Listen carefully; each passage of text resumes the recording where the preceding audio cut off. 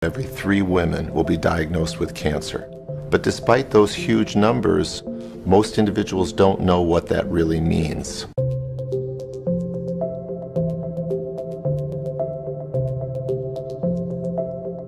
At the simplest level, cancer or cancer cells are cells that have lost the ability to follow the normal control that the body exerts on all cells. In our body, we have billions and billions of cells, and they have different functions. It's a very complicated process under incredibly phenomenal control. And if something goes wrong and that control is lost, and particular cells escape the normal control mechanisms, and they continue to grow, and they may spread, that's what we call cancer. Those cells together, we would call that a tumor.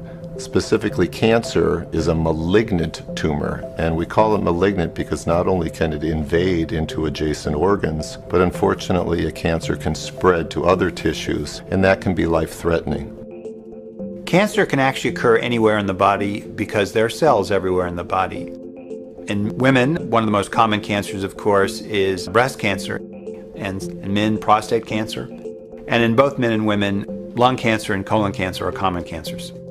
It's important to understand that the cancer that occurs in one individual is very different than the cancer that occurs in another, just like those individuals are different.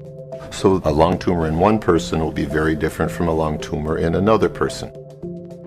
Once the diagnosis of cancer is made, of course, the next obvious question is, what do you do?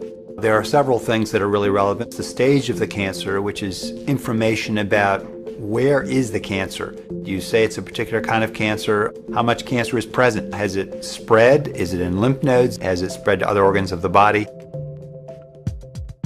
Cancer treatment actually is very complex. And part of the reason is because cancer is this constellation of over 200 different diseases. They have common characteristics, but they're all very different from each other. In addition to that, the cancer itself is not homogeneous. There may be 3 or 4 or 5 or 6 different slight variations in the cancer cells that are there.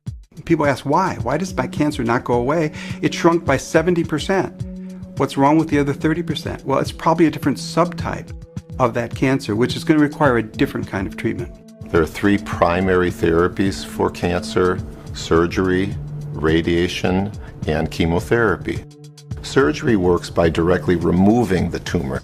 The radiation therapy provides X-rays to kill individual cells, and the chemotherapy provides chemicals that can kill those individual cells, but they have side effects.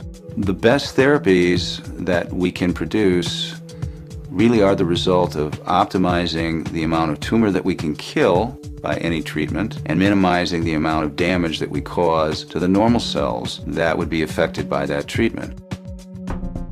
At Cancer Treatment Centers of America, we have a very robust integrative oncology program.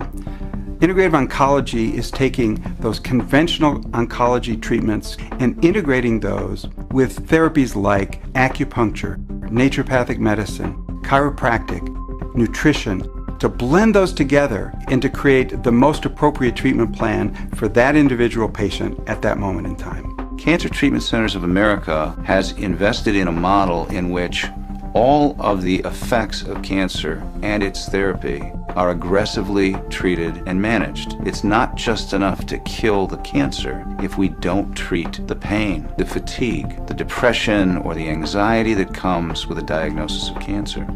Receiving a diagnosis of cancer can be a frightening thing. The good news is that today is probably the most exciting time in history in terms of the treatment of cancer.